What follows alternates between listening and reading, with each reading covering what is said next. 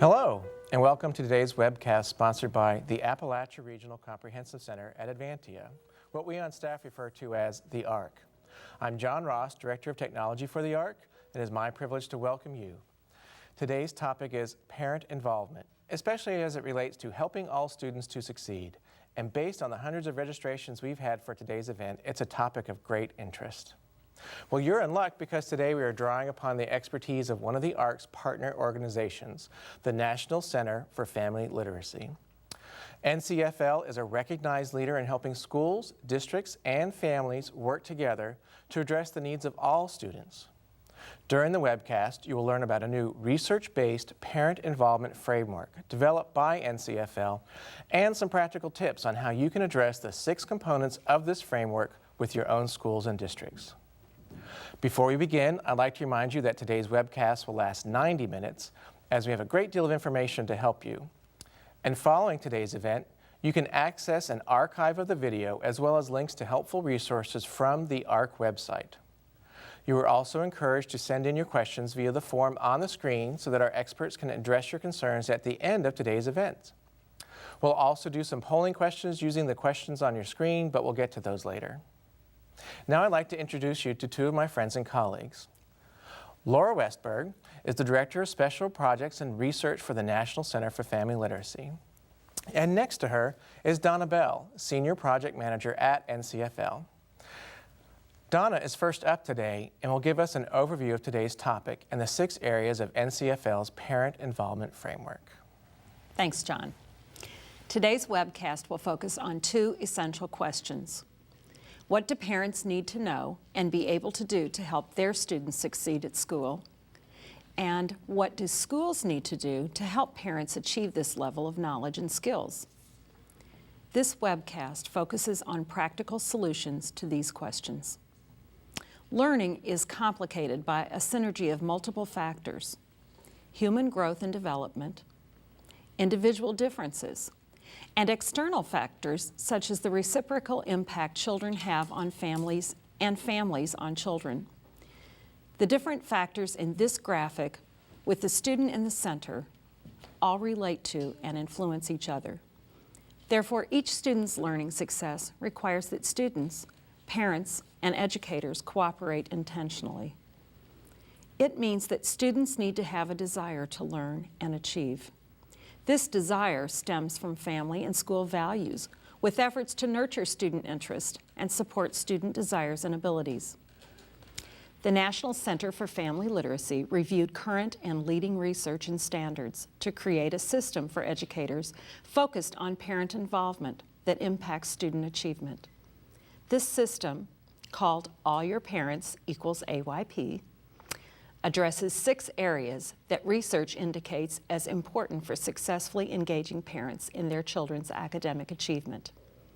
These areas are climate, communication, relationships, information and strategies, engagement and learning, and leaders and mentors. Before we delve into the research behind these 6 areas, we'd like to share with you this short video we put together after a recent visit with state leaders in North Carolina, including State Superintendent Dr. June Atkinson. Dr. Atkinson and her staff have embraced the concept that high-quality parent involvement can significantly improve the academic success of children and relate some of their experiences in this video. A lot of times parents come to the school and think, you take care of my child, and that's all there is. But we really need to work together. I believe that my role with the school in the setting where we live is to really accentuate what I know the teachers are trying to convey to my particular kid. Teaching is very challenging. Parenting is very challenging. And even though things have changed through the decades, our children still need parents and teachers to listen to them. Our children need to have self-acceptance, and teachers and parents play an important role. Our students need to have insight and guidance for what they want to be when they graduate from high school. And we also need to make sure that we give our students encouragement. So if we have those commonalities about what we must do with students, then it makes sense to me that parents must be in full partnership with every school in this state. And as state superintendent, it's very important that I model the role of being a listener, of being someone who encourages parents to participate. Parent involvement in terms of our state means that the expectation is that all schools will engage parents in a productive way. All schools will honor and respect what our parents bring to the table and recognize that they are partners with us in the educational process, and at all times use the talents and what our parents bring to the schools, and that there should be no differentiation in how we treat parents based on economics or any other factor that we might use, and to understand that to use our parents, to engage them, to involve them, can bring wonderful benefits in terms of improving student achievement outcomes. I think, first of all, we have to be a role model. So if we think it's important at the state level and we take action that shows that we believe this, then the schools in our states will become believers. I believe so strongly till I want a person on my staff who focuses on parent involvement, and we have that. And that person to be out in our school systems carrying out various activities to let our local personnel know that we take this very seriously. And we ask questions like, what does parent involvement mean to you? What do you want it to look like in your district? And what do you want parents how do you want parents to be engaged around the issue of parent involvement? And we took that information and we came back and we compiled it. And one of the things that we heard consistently as we looked at our information is that they wanted guidance at the state level. They wanted a plan. They wanted to be effective, but they wanted someone to show us how to do it. And so as a result of those conversations, we hosted a parent forum with internal and external stakeholders. We realized that many systems and many local groups are engaged in parent involvement. But there is need for a systemic, integrated, aligned approach. And so in other words, in as much as we had a lot of parent involvement activities, we need to move from random acts of parent involvement to a design, a statewide design that is going to integrate all the various efforts and initiatives we have in the state. I think that video did a great job of showing how Dr. Atkinson and her staff in North Carolina believe in the importance of involving parents in the academic success of their children. Now it's time to find out how schools in your area embrace this idea. So let's conduct our first polling question. We know many of you work at areas ranging from individual schools to state departments of education. So answer based on the schools you normally interact with. You'll find the polling questions on the left side of the webcast launch page. Please select your answer for the following statement.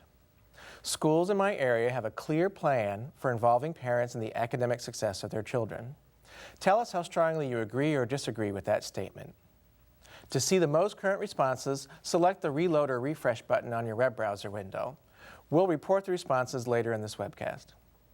Now let's turn to Laura Westberg again, who will give us a brief look into the research that lays the foundation for NCFL's new Parent Involvement Framework. Laura? Thank you, John. I'm glad to be here. I'd like to share some key findings from the research literature related to families, schools, and communities.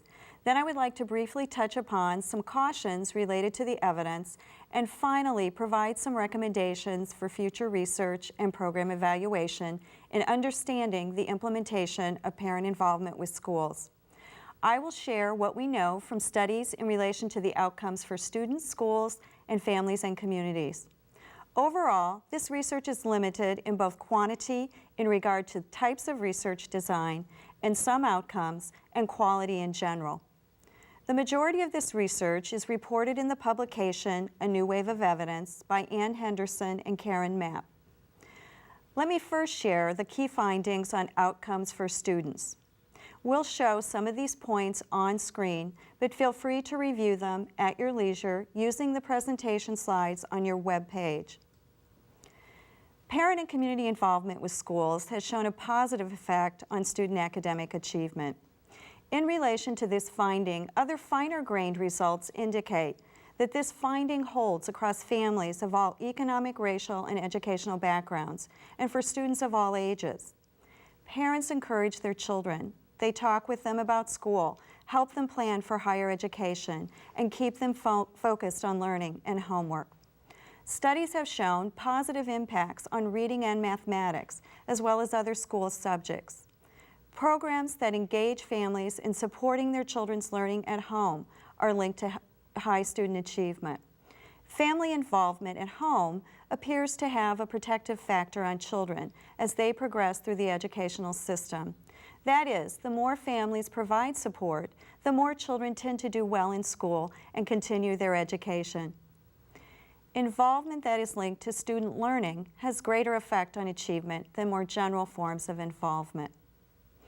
Some of the additional outcomes for students include parent and community involvement has also impacted other achievement, such as attendance, aspirations for post-secondary education, enrollment in challenging high school curriculum, and successful transitions from special education to regular classes. Student social functioning is also impacted in such areas as student behavior, motivation, social competence, intrinsic motivation, and positive student-teacher and peer relationships. Barriers to learning are alleviated as a result of parent and community involvement. Students and their families have access to health, social, and basic subsistence services that might not otherwise be available to them.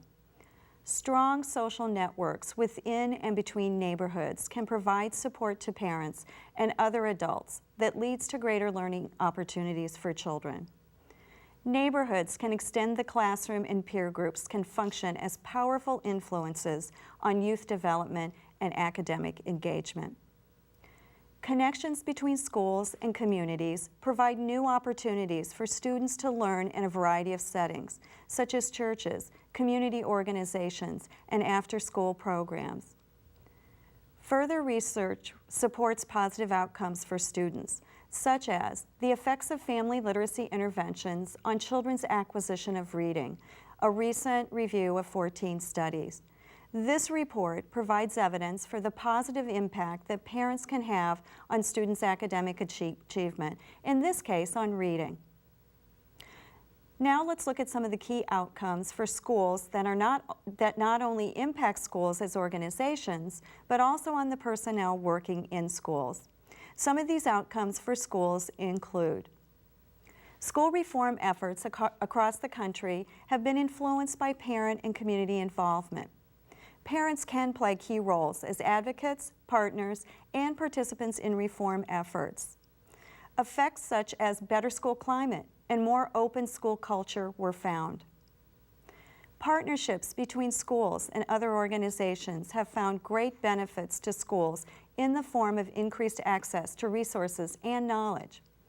Partnerships between universities and schools resulted in increased instructional capacity. Finally, let me highlight the key findings on outcomes for families and communities. Family attitudes toward education and families' understanding of schools improved. Community organizations can acquire new resources as a result of their relationship with the school. There is an exchange of resources among organizations related to physical resources, program resources, and human resources. Schools serve as places where the public can come together to be involved in decision-making that impacts their community. These parent skills and capacity have implications for the larger community as skills are transferred to address other community needs. In summary, based on these outcomes, it is evident that parent and community involvement in schools can have positive and beneficial outcomes for stakeholders. However, what do we need to know about interpreting these outcomes? We offer the following cautions. Different types of involvement produce different results. For example, the relationship of parent involvement and student achievement should not be generalized across different dimensions of parent involvement or across different areas of academic achievement. There is also some evidence that specific parent involvement strategies can have very different effects depending on the age of the child. While providing a structured system for parent monitoring of homework for elementary students provides positive results, the same level of monitoring has a negative impact on an adolescent's homework completion. There are many factors that can affect the relationship between parent and community involvement and its outcomes. In many studies, these variables have not been isolated to determine what is influencing the relationship.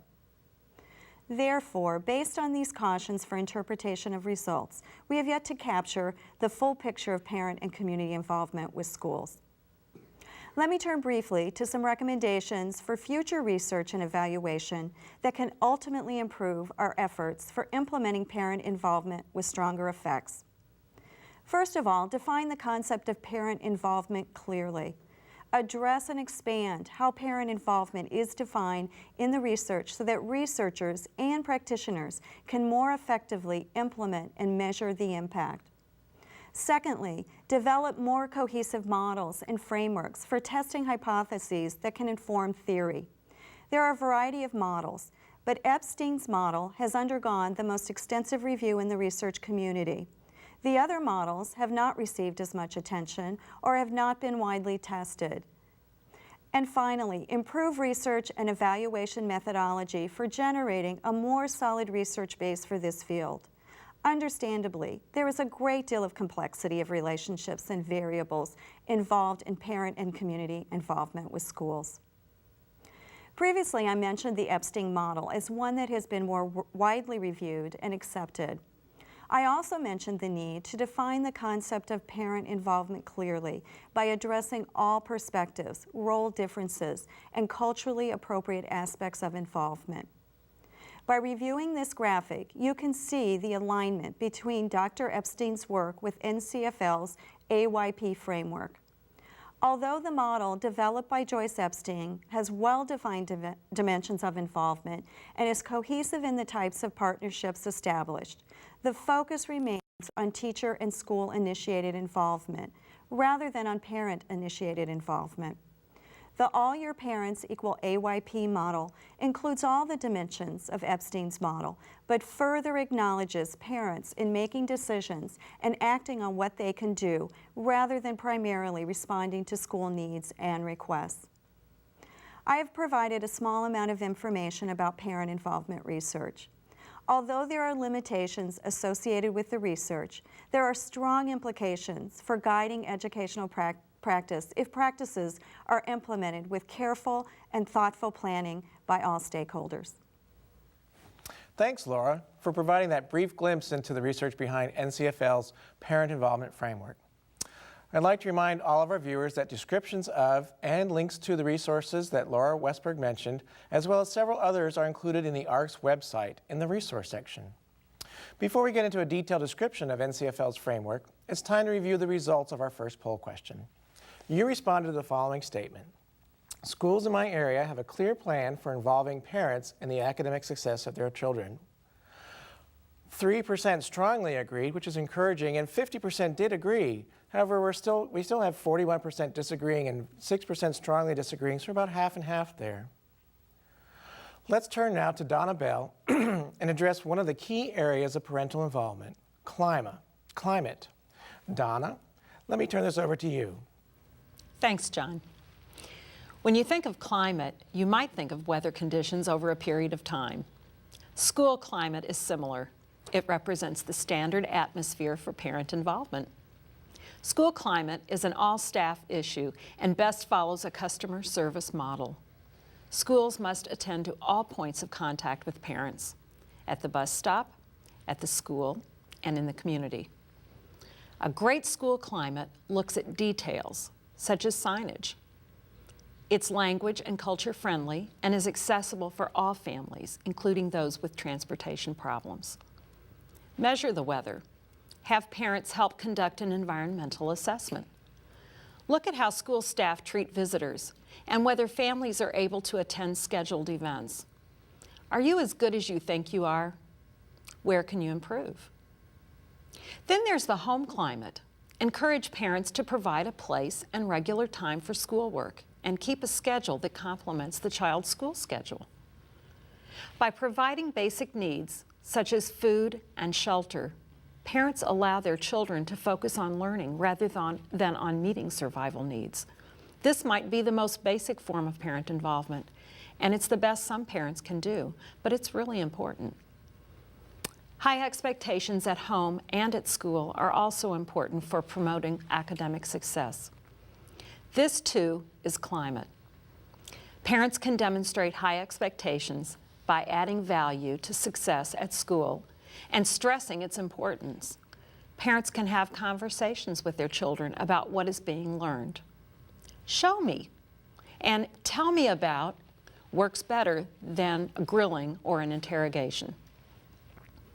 Parents need many ways for staying in touch with school in order to be informed. These can include clearly designed websites and newsletters, parent meetings and conferences scheduled when and where parents can attend, opportunities to call and ask questions, and a range of ways that parents can be involved. School staff should reflect an attitude of respect for all students and their families, and involve families in making important decisions about their children.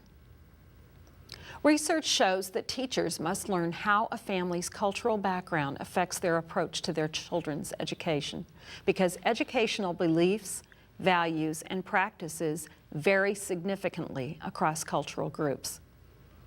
Teachers must also learn about particular families, because there are profound individual differences across families within any cultural group.